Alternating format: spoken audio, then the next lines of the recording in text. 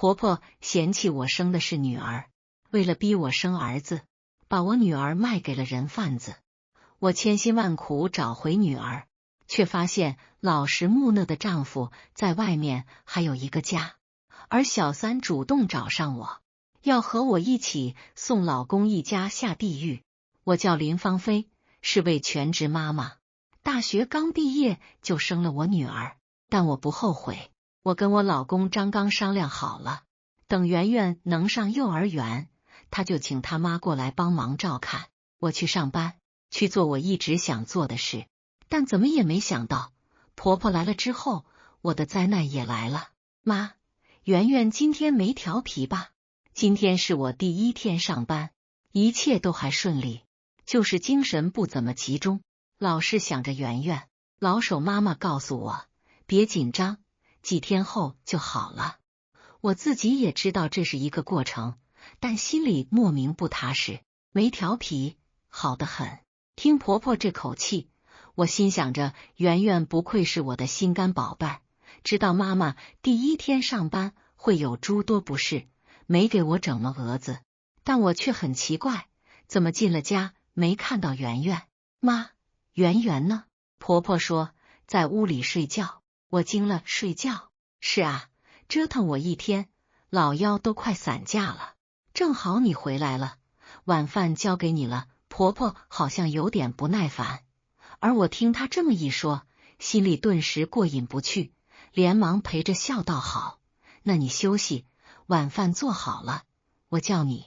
婆婆进房间后，我去卧房看圆圆，10个小时没见，我真的很想圆圆，想她等会睁开眼就看到妈妈，诺软唤我妈妈时，我心都甜化了。然而我却叫不醒圆圆。我没有开灯，卧室的光线只有窗外逐渐下沉的余晖，但也足够我看到圆圆。圆圆睡得很香，左边的面颊全没入被子里，她总是有这个睡觉的习惯。我悄无气息靠近她，望着她可爱睡姿，忍不住俯身亲下她 Q 弹粉嫩的面颊。圆圆，妈妈回来了。唇瓣触及的高温惊了我。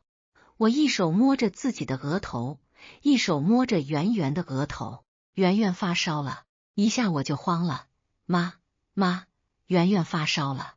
我以为我这么一喊，婆婆会过来搭把手，万万没想到，将圆圆抱起来的我，看到她没入被子里面，左面颊全是血迹，惊得发不出任何一丝声音来。照顾圆圆这么久，我是从来没让圆圆这样过。我害怕这血迹，害怕我手中抱着不是我的心肝宝贝，而是圆圆的尸体。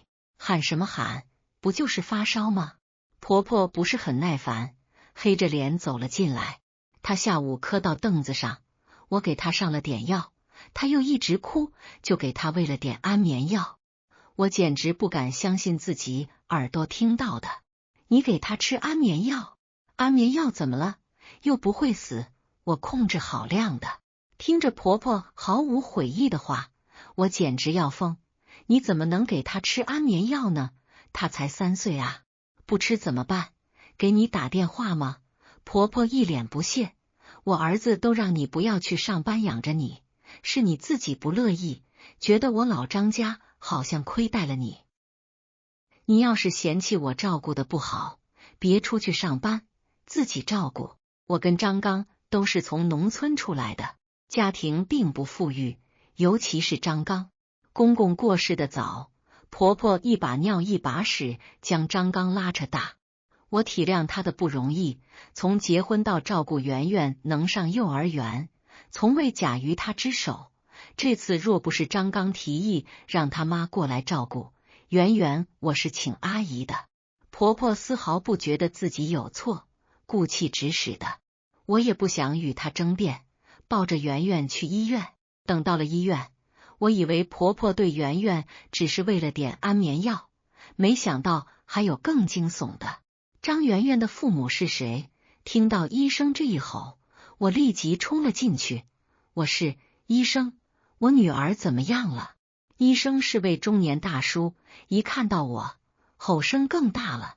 你是怎么当妈的？这都什么年代了，孩子额头受伤，不打破伤风就算了，你们拿烟油抹他伤口，怎么回事？我惊了，再一次说不出话来。烟油？医生像是怕我抵赖，把刚给圆圆清洗的药布给我看，自己看，你到底是不是孩子的妈妈？我双腿直接软在了地上，不敢相信眼前之物，想到这油腻腻东西竟抹在圆圆脸上，我背脊生寒，急性肺炎，2级灼烧。医生给圆圆开了住院单子，额头伤口本来不大，小孩子磕到碰到都属正常，这烟油一抹，伤口感染，想让他小小年纪毁容，我顿感绝望的闭上眼睛。我是真的没有想到，婆婆既是这样照顾我女儿的。我给张刚打了电话，张刚在外出差，3天后才能回来。他给我保证，这件事情他一定会说婆婆的。其实我也不想让家庭不和睦，但圆圆一想到她磕到凳子上疼得歇斯底里，还要被婆婆强行抹烟油喂安眠药，我心就一抽一抽的。3天后，张刚回来了，带着婆婆到医院给我赔礼道歉来了。我护着怕婆婆怕得浑身发抖的圆圆，看向了张刚。张刚陪着笑：“好了，老婆，别生气了，妈她知道错了。”张刚是位大孝子，从与他相识起，他满嘴都是他妈养他不容易，也因此我才会喜欢他，一个时刻体谅女性不容易的男人。我认为是个好男人，张刚也未让我失望。从告白到婚姻殿堂，他真的是未让我受半点委屈，可婆婆并未有她嘴上说的歉意在。我别开了脸，不给张刚这个面子。婆婆似要发怒，张刚立即喝道：“妈，快说对不起！”我不知道张刚是怎么把他妈请来的，我只知道圆圆住院这3天，婆婆别说来过医院1次，电话都没有打过一个。道什么歉啊，儿子，妈没做错。我冷笑一声，就知道会这样。张刚见我神色更不好了，立即喝了婆婆：“妈，你别把他端着，儿子，妈告诉你，父是不能宠的。林芳菲，别觉得自己了不起，要说这也怪你，肚子要是争气点，别说我放弃老家轻浮，我还得把你供起来。可你争气了吗？生了个赔钱货不说，还金贵的养着，你真是个败家娘们。我从未想到过，有一天我居然被人骂了。骂我的人还是活在封建社会的婆婆。与张刚这些年，我与婆婆交流虽然很少，但至今都还记得张刚第一次带我见他时，他含着泪，满是慈祥握着我的手说：“你们要幸福。”我当时就很感激，心想婆婆是位心地善良之人。直到圆圆的出生，我以为是我多虑了，今天看来，婆婆是真的嫌弃我生的是女儿啊。妈，说什么混话了？张刚比我还气，我勉强有点被安慰。张刚还是不错的，儿子，妈说的不是混话，是大实话。婆婆似乎要戳我脊梁骨似的，竟在病房里大声喧哗：“你们快过来看看，快过来听听，我儿媳妇嫌弃我，说我没把孙女照顾好。天地良心啊，他们小两口要过日子，我不辞辛苦帮衬一把，到头来还说我不是。你们评评理，看看我说的有没有错？她林芳菲大学毕业不去工作，胀着肚子让我儿子养她，好啊，结果自己肚子不争气，又要去上班。我说一句不是没有，哎呦，这可让我老太婆怎么活啊？老张啊，你睁开眼睛看看，你儿子到底娶了什么样的媳妇？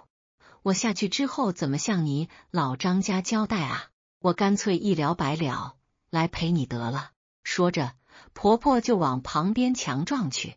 张刚自然是不会让他妈就这么没了，婆婆却变本加厉，指着我的鼻子就问：“林芳菲，今天你必须给我一个准话，你到底要不要为我老张家传宗接代？”听婆婆这语气，我要是不答应的话，她会污蔑我一个不孝顺。妈，别闹了，这里是医院。我能感受到张刚的愤怒，可张刚也只有愤怒。婆婆就用生命威胁他：儿子，你是想让老张家绝户吗？哎，我不活了啊！张刚为了把他妈哄起来，笑着说：生，我跟芳菲又没有说不生，你先起来，别人还在看热闹，我就是让他们看。婆婆更加理直气壮：儿子，趁现在还在医院，你带着他去检查，该吃药的吃药，让他再怀一个。婆婆明显觉得我生不出儿子是我的问题，张刚特别为难，但也没替我解释。我没有再看他，抱起圆圆出院。婆婆依旧在谩骂：林芳菲，你这么忤逆我，小心天打雷劈。我让圆圆拿手把耳朵捂住。圆圆问我为什么，我说脏。回到家里，我以为婆婆在医院的闹剧就此消停，不料这才是开始。医生说了，1天3次，别说我这个当婆婆的不心疼你，只要你给我老张家生个儿子，我天天伺候你都可以。婆婆竟真在医院开了药。张刚见我脸色又要发难，立即冲了过来。他站在我与婆婆面前，先哄着他妈：妈，不都说好了吗？回到家一切听我的。我听张刚这么一说，立即抬手掐他的腰。张刚疼得脸色发白，但不敢发声。婆婆像是见好就收，哼了声进了卧房。我掐张刚腰肢的手更加用力，张刚疼得嗷嗷叫：老婆，先收手，听我说。我扯着喉咙道：张刚，你别以为你墙头草，我就原谅你，我可没答应生，你要生找别的女人去。我推张刚一把，偷听的婆婆立即冲了过来，张刚再次把她拦住。在医院我要顾及颜面，在家里我可谁都不怕。张刚又把他妈给哄好了，他确实有这个本事。张刚哪儿都好，就是喜欢两边倒，但凡他强硬一点，我的圆圆不会受罪，我也不用被其他人指指点点。老婆，别生气了，我替妈来道歉了。我回了卧房，坐在圆圆身边。圆圆虽然出院了，可这次发烧要了她半条命，她需要好好休养。我没理张刚，心里其实还是很委屈。我希望张刚能给我一个答案。张刚也知道我在气头上，变魔术似的将一枚钻戒递在我的面前。老婆，别气了，原谅咱妈吧。我转过脸来，张刚单膝跪下，我惊了。张刚满脸爱意的看着我：老婆，对不起，是我无能，让你受委屈了。说着，他梗着脖子把脸凑到我的手边，像个猫蹭着我的掌心。老婆，要不你打我一顿吧，只要你不生气，我任你处置。我扑哧一声的笑了，这是我们每次有争辩他最爱用的伎俩。我也不知道怎么就原谅了他。老公，我让他起来，双手怀着他的腰肢，把脸埋在他的肚子上。其实吧，我也不是气他，我是气自己。气自己真的要出去上班吗？如果不出去上班的话，圆圆也不会遭遇这些。我很迷茫，也很苦恼。我问张刚：老公，我是不是不该出去上班啊？张刚明显一怔，没想到我会这么问。我仰头看着他，不放过他面上任何微表情。他没有一丝迟疑，甚至毫无作假的回视我：当然不是了，老婆，你已经为我牺牲那么多了，我要是连班都不让你去上，还是男人吗？就算张刚是花言巧语，此刻我也信他，但张刚还是避重就轻。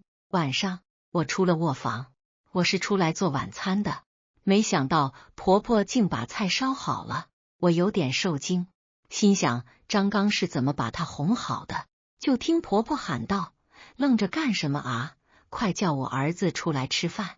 我望着一桌的美食，除去有张刚爱吃的菜外，还有我跟圆圆的。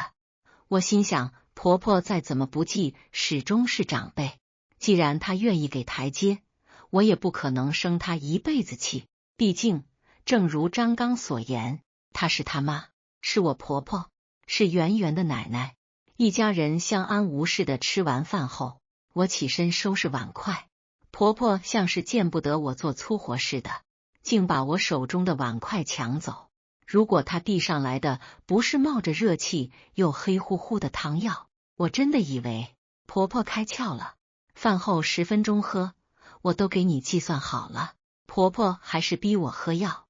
圆圆一看到黑乎乎东西，立即皱着眉头。张刚抬起那碗药就抿了一口，老婆，我尝了，不烫。他让我别辜负婆婆一番好意，演戏也得演。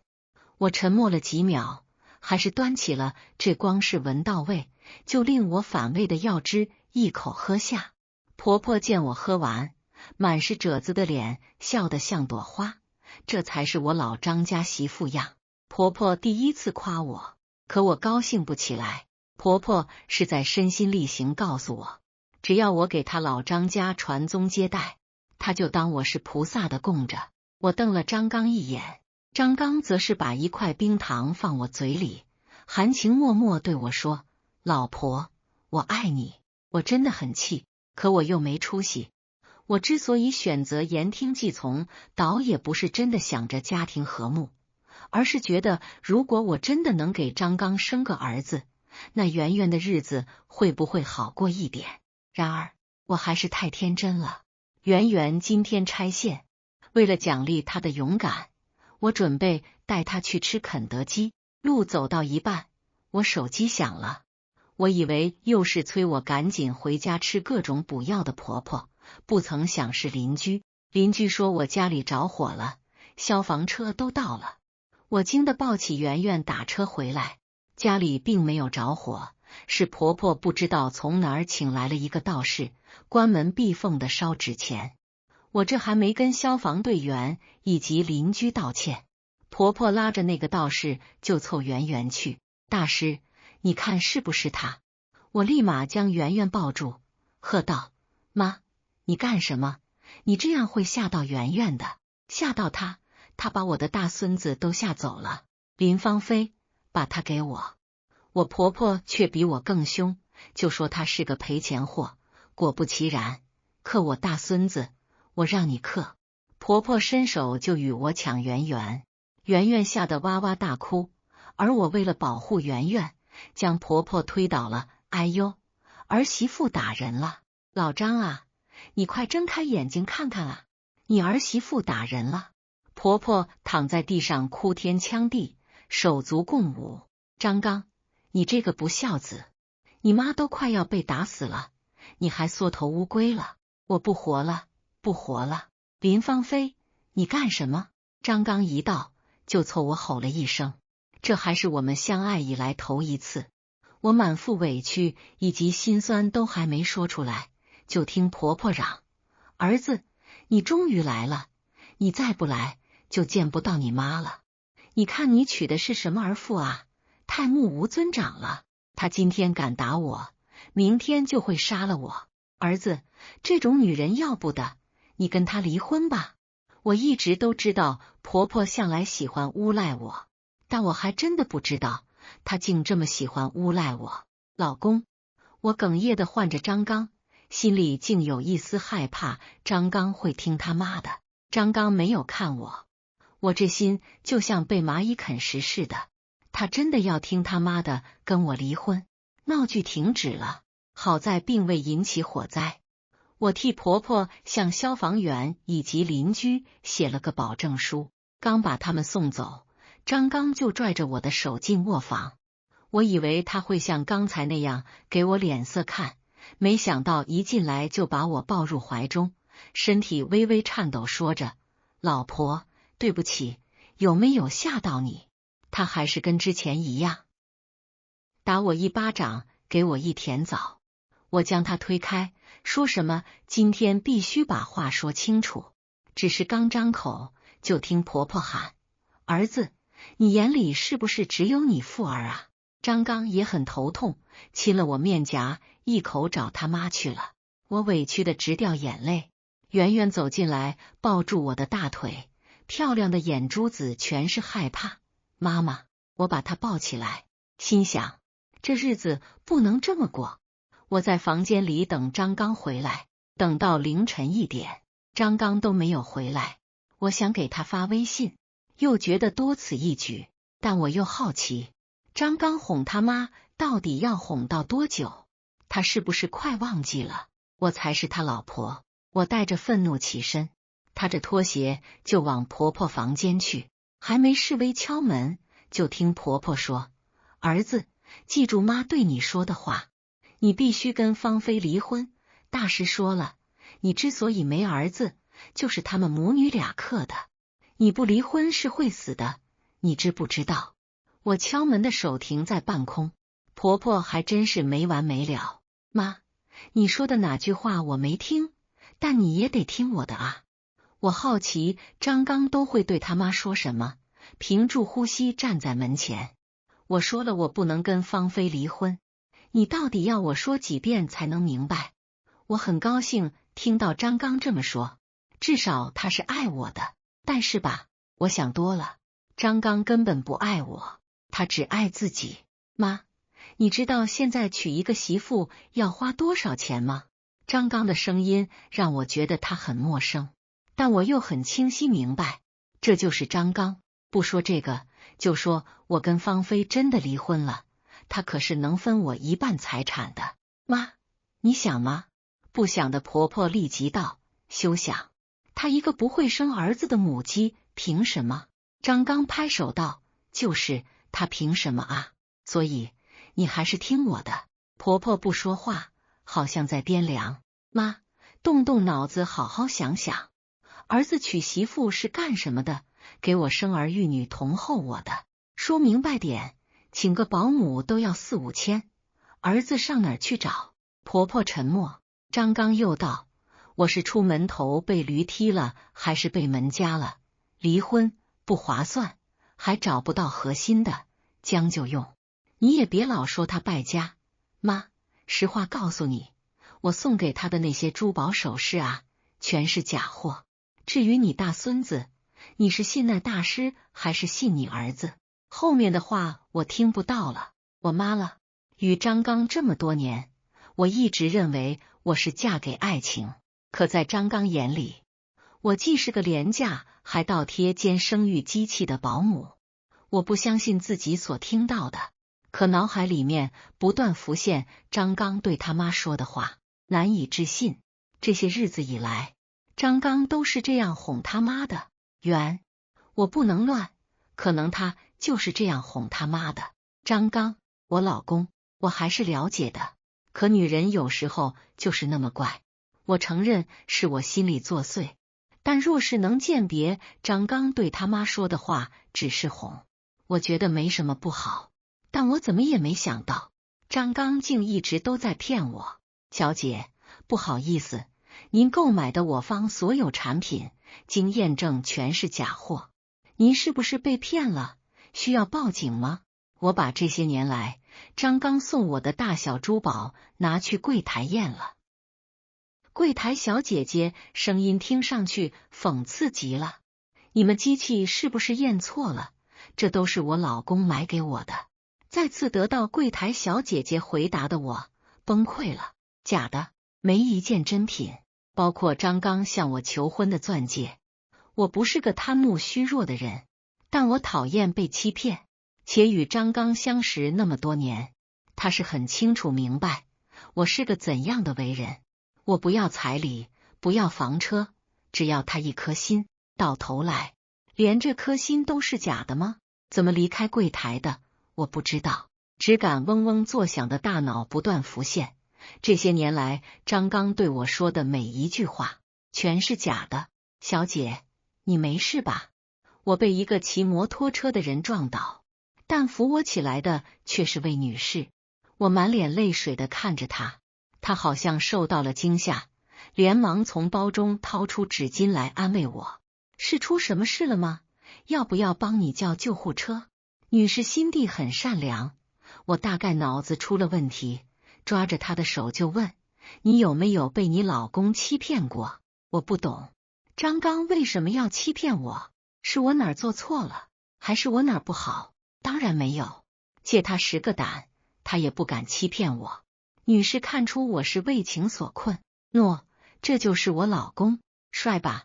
不仅宽慰我，还把她老公的照片递给我看。我顿感雪上加霜的身体降下一道惊雷。你老公？佛说前世修行500年才能换回今生一次回眸。我这到底修行了多少年，才会在大街上以至于随便见到一个陌生女人都能共用一个丈夫？对啊，我们在一起7年了。我又感一道惊雷劈下，7年，既比我早2年，所以我13，不，这都是假的，可能就是长得像的人。然而，从女士手机里面传来的声音让我看清了现实。老婆，你在哪儿呢？每天都要换我10遍的温柔嗓音，此刻在我听来只有恶心。张刚到底欺骗了我多少事？难以承受重击的我，真的好想夺过女士的手机，对她发出质问：张刚，你为什么要骗我？我像只无头的苍蝇，顾不上心上身上的疼，仓促而逃。身背后女士还连喊了我好几声，我都能想到与她通电话的张刚定是在问发生什么事了，那女士定会告诉他我遭遇了老公背叛，并拷问他会不会背叛他。忽然觉得我好像个傻逼，相恋2年，婚姻3年。我正如张刚哄他妈说的那样，免费又好用。接圆圆放学后，我并没有像往常一样回家，我就坐在圆圆幼儿园附近供小朋友游玩的地方发呆。我在想，与张刚这些年其实并非无迹可寻，只是我太信任张刚，信任他为了我们这个家不停的加班，不停的出差。妈妈，不回家吗？圆圆扑进了我的怀里。这时我才发现天黑了，掏出手机看，已经晚上8点多了。张刚没有给我打个电话或发个短信，婆婆也没有，我活得像没亲人。妈妈，你会不要圆圆吗？小孩子其实最为敏感。圆圆虽然还小，但有说话从不把门的婆婆在，心理阴影应该是有了。当然不会，圆圆可是妈妈生的，妈妈不要爸爸，也不会不要你。我向圆圆做出承诺，我要离婚。对，离婚，但离婚不是件容易事。首先，这些年我零收入，婚姻法虽然有规定，婚后财产跟双方所有，但落实差距还是非常大。其次就是圆圆的抚养权，以婆婆重男轻女观念绝对不会要。再次是我提出离婚的，吃着碗里看着锅里的张刚绝对不会同意。我可能会净身出户，我倒是无所谓。可圆圆呢？我寻了名律师，希望他可以帮助他。在律师的帮助下，我又发现张刚的好几个秘密：天竺小区、榆树园、东郊大院等4套房产都记在你婆婆沈春芬的户下。律师告诉我，我与张刚共同财产并非只有1套目前所住的2手房廉价小区，除去记在婆婆户下4套房子，还有一栋价值1000万豪宅，也就是那天我碰到的那个女士的。我惊呆了，我从来不知道张刚这么有钱。他一直给我说他的工资只有4500人民币，除去房贷1500，我们生活费只有3000块。我是把这3000块搬成6000块来用，且还是给别人供的。律师告诉我，张刚这些年拿了很多供应商好处，以目前调查情况来看，纵使这些都属于婚后财产，但没有任何一样属于我。我崩溃了。这5年，我身边到底睡着的是个什么样的恶魔啊？但我并非没有胜算。律师让我想尽办法弄张刚婚内出轨所有证据，到时法官这边会酌情处理。离开律所，我去接圆圆，却被告知婆婆把她接走了。我当场就愣了，一股不好的预感油然而生。妈，圆圆呢？婆婆正坐在沙发上嗑瓜子，见我询问，当没听见。我四处寻找，都没有看到圆圆身影，心脏扑通扑通的跳，我快窒息了。沈春芬，我女儿呢？我雷霆一吼，将这些日子憋在心里的所有委屈以及愤怒发泄出来。婆婆从沙发上跳起来，指着我的鼻子说：“你女儿，你问你女儿去啊！我怎么知道她在哪儿呢啊？”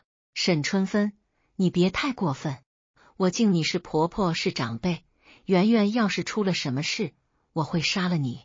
说着，我去厨房拿了把菜刀，婆婆立即嚎叫：“杀人了！儿媳妇终于要杀人了！儿子啊，快来救你妈啊！你媳妇真的动手了！”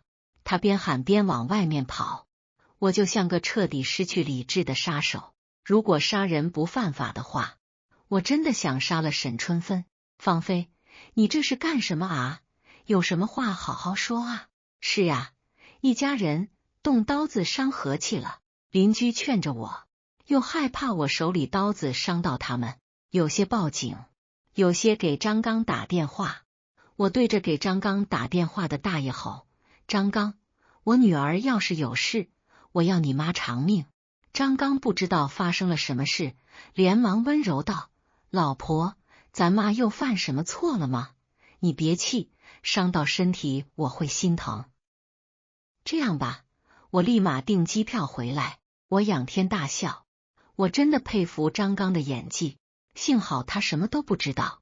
我已经知道他是个骗子，彻头彻尾的大骗子。不用回来，你告诉你妈，让她把我女儿还给我，我可以失去一切，但圆圆不行。张刚让大爷把电话给婆婆，我听到张刚在电话里吼：“妈，你不是答应我不再惹芳菲生气吗？你又做了什么？”婆婆还是怕张刚，但她是个嘴硬的，我什么都没做。儿子啊，你怎么只问你老婆，不问妈啊？你媳妇都拿刀砍我了，你不信，你问周边的人。我持着菜刀上前说：“我女儿呢？”我不想给她拖延时间的机会。1分钟没有圆圆消息，我生不如死。妈，告诉芳菲，圆圆在哪儿？张刚道：“不知道。”我怎么知道？婆婆还是嘴硬。沈春芬，我挥着菜刀向她砍来，婆婆发出了尖叫声。我真的不知道。儿子，快点来救妈啊！张刚直接在电话里面吼起来：“你想被砍死吗？”婆婆没想到张刚没管她，一把鼻涕一把眼泪的嚷着：“儿啊，妈做的这一切可都是为了你啊！”说，我已经怒火攻心了。婆婆受惊不小，终于说出了口：“我卖了。”我心脏乃至灵魂都凝固了。卖了，是卖给了人口贩子。婆婆无丝毫的悔意，赔钱货，整天吃那么多就算了，还克着我的大孙子。林芳菲，你自己说，这都几个月，你肚子怎么还没动静啊？婆婆就算听从张刚认同的我是个免费好用的保姆，但不认同圆圆的存在。圆圆一直都是他心里的刺啊！我疯了，上辈子到底我造了什么孽？这辈子竟嫁给这样的人家，那可是他的亲孙女啊！昏迷之前，我感一股温热顺着我的腿间流了下来，我流产了。再次睁开眼睛，是被婆婆打醒的。林芳菲，你这个扫把星，既害死我的大孙子，你个没用的母鸡！我要让我儿子跟你离婚。婆婆是个庄稼人，她一耳光一耳光扇在我脸上，扇得我生疼。我也顾不上手上还扎着消炎盐水，跟她拼命，抄手拿起旁边的水壶就砸在她头上。婆婆显然未料我会这么反抗她，她又开始哭天抢地，说她不活了。我一把掐住她粗厚的脖子，吼道：“离就离！我要分走你儿子1半以上的财产，张刚的财产就是婆婆的命，我是故意这么说的。他被我刺激的歇斯底里，各种脏话谩骂，我更加用力掐着他脖子，红着眼睛威胁他，但你要是答应我2件事，我可以净身出户。婆婆果然不闹了，我当然不会净身出户，要净身出户也是他张刚。哪2件事情？婆婆急不可耐，让我松开掐她脖子的手。我咬着唇瓣说：第一，把我女儿还给我。我可怜的圆圆现在都还没消息，邻居即便报警，婆婆肯定会说闹着玩的。我流产她在这儿将我打醒，就足以证明我的圆圆还没有消息，我必须找到她。婆婆犹豫了下，我瞪着她，圆圆不回来，休想让我离婚。第2件，婆婆是答应了。第2件，你要签一份户下所有财产无条件赠与我的协议书。婆婆惊了，看我像神经病。林芳菲，我真该让我儿子好好看看你这丑恶的嘴脸。我棺材本的钱你都想要。果然，沈春芬根本就不知道他儿子在他户下存的4套房，真是知人知面不知心，连自家老母都瞒着。这只是个形式，就你那点棺材本，我才不稀罕。还有，不能让张刚知道这些，等你把圆圆还给我后，我会带着圆圆离开。沈春芬离开医院了，我看着因为与他互殴而被牵扯出消炎盐水的手满是鲜血，难受的无法呼吸。我摸着我的肚子，颤抖着唇瓣哭泣。我说宝宝对不起，都是妈妈没用。我没想到我会再孕，更没想到我会因此流产。但我现在没时间难受，还有很多事情等着我做。我要让张刚净身出户，就得让他主动提离婚，而这点我已经有主意了，就是去找那个女人。那个女人叫王娇，是张刚公司董事之一的女儿。不难怪张刚这些年升职快，后背有2个女人为他鞍前马后，他事业没成就，那可真是窝环费。男人都想3妻4妾，换我也想。王娇对我的前来没有半分惊讶，证实了我的猜测。他是故意让我知道张刚出轨的。他端着一杯看上去就很昂贵的红茶，看了我一眼，道：你比我想象中的聪明。我嗤笑，可你不如我想象那么高贵。他也没气。我想在他调查我出现在我面前那刻，应该跟我一样做了许多心理建设。我们并没有聊太久，我开门见山把我想要的告诉他，他也告诉了我他想要的。我以为这个女人费那么多周转，把我叫到他面前是要奚落我一番，没想到他比我更狠。但我很高兴，张刚即将为他多年的谎言付出代价。与王娇约定好后，我去了趟律所。在去找王娇之前，我给律师打了电话，请他帮我准备一份赠与协议。沈春芬给我打电话说他已经把圆圆带回来了。我拿着协议火速打车回家。圆圆看到我哭得稀里哗啦，我也哭得稀里哗啦，一遍一遍回答他，我没有不要他，没有要卖掉他。据圆圆说，婆婆是真的把他卖了，卖给了张刚老家那儿的隔壁村的一对老夫妇，还给婆婆3000块钱。我听得磨牙，问他有没有被打。我一想到他可能被打或者被挖了什么，痛得如刀割。婆婆把圆圆要回来，虽说她折了肉，但在她看来，她余的那点肉能让我离开张刚，她是不痛的。她扯着她的大嗓门道：林芳菲，赔钱货给你带回来了，你好久收拾东西走。我擦掉面颊上的眼泪，让圆圆自己先去洗澡，但圆圆还是很害怕，怕她转个背我又不见了。我耐着性子哄着她，将协议递给婆婆。婆婆虽然识字不多，但她自以为很聪明，拿出手机对我录音。我们约定先不让张刚知晓，他是怕我反水。我笑了笑，只要你签字，我定会按我所言做。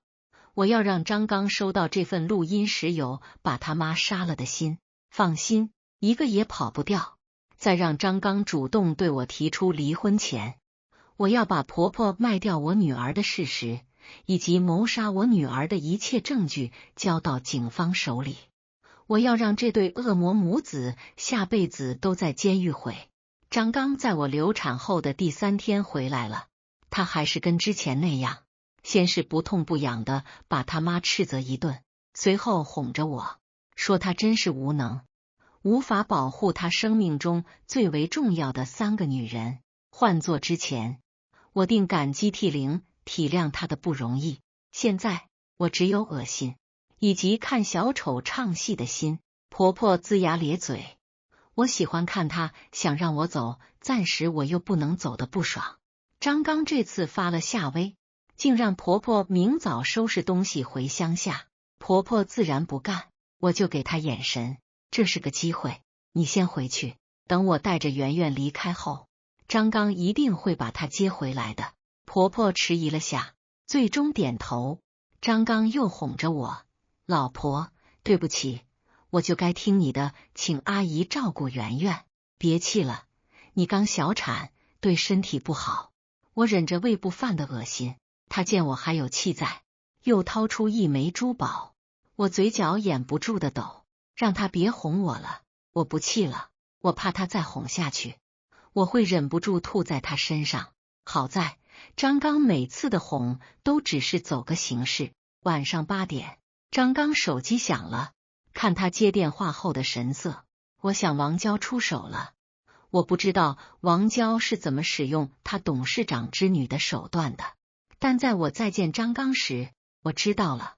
老婆，公司出了紧急情况，我有件事情需要跟你协商下。看着张刚从不充血的眼睛，我立即戏精上线。老公，出什么事了？脸色这么差。张刚红着眸眶道，我犯错误了。我极其配合道，啊！张刚立即给自己1巴掌，我恨不得他自己打自己的这巴掌能再用力点。公司查出我挪动资金，都怪我，想着这次项目达成能给你多拿点奖金回来，没想到张刚一副悔不当初，而我只想笑。他还真是能说，把自己当皇帝作威作福，说成一切都为了我，为了我。老公，你糊涂啊！我真的快跳起来了，你怎么能干这种事呢？我一直都在强调，我们穷点没关系，我都能熬，你这是在犯罪啊！哎呦，这下可怎么好？我在喝水的杯子里面拿手指沾了点水，抹在泪腺下。张刚比我更急了，老婆，别怕，只要这个家你在，我就在。张刚提出了离婚，他说我们目前住的这套房子是他的名字，只要我同意签字，他净身出户。这样一来，公司即便查到是他做的账，也没钱让他还，更别说不一定查到。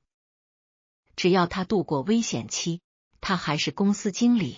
我笑了，你到监狱去做你的经理吧。与张刚达成协议，我火速与他扯了离婚证。看着3年前我当作珍宝对待的结婚证变成离婚证，我的心情还是一样的。张刚以为我心情低落，搂着我的腰肢说，老婆，只是假离婚而已，我永远都在你身边。我仰头大笑，喜极而泣的感觉原来是这么爽的。张刚有点不解，不过他没时间弄明白了。他手机响了，儿子，快来公安局救妈！林芳菲这个不会生儿子的母鸡把我告了，扫把星，明明让我签下把户下所有财产赠与他就离婚，他是个骗子。儿子，你快与他离婚。沈春芬已经被抓了，我问过律师了，律师说最低有期徒刑10年起。张刚脸上现有的神色跟我知晓他欺骗我时一样，不，我的更痛，更为锥心。他大概做梦也不会想到，我会用他对待我的方式对待他。10分钟后，我看着被警察带走并质问我的张刚，满脸笑意。我说：张刚，这辈子我们永远不会再见了。走出民政局大厅，我看到了王娇。其实她跟我一样，都是被张刚欺骗的女人。不同的是，我这种被张刚归纳为一个假货就能哄好的蠢货，需要结婚证才能安心。王娇一直都想要结婚，但因为她的身份，张刚总是用公司董事瞧不起她为由，一直拖着王娇。王娇为他流过3次产，患上了抑郁症。当知道我的存在后，他跟我一样崩溃的想杀了张刚，但又因为他的身份，不能让公司有污点，于是他找我合作，主动告诉我张刚所欺瞒我们的一切。他以董事长之女身份以张刚经济罪入狱，而我则得到这些年我为张刚所付出的一切。我们只是互相望了彼此一眼，未打任何招呼。他上车离开，我拦车离开，就像我对张刚说的，我跟他也不会再见。车子在火车站停下，我买了张回老家的车票。这些年，因为我愧对含辛茹苦把我送到大学，没给他们争一个有份体面工作的光，就嫁人的父母，而一直未回去过。这次我回去了，带着圆圆，在他们身边尽孝，再不会回来了。1年后，我在老家，也就是父母的基地，开了一处农家乐。圆圆在这儿认识了很多小朋友。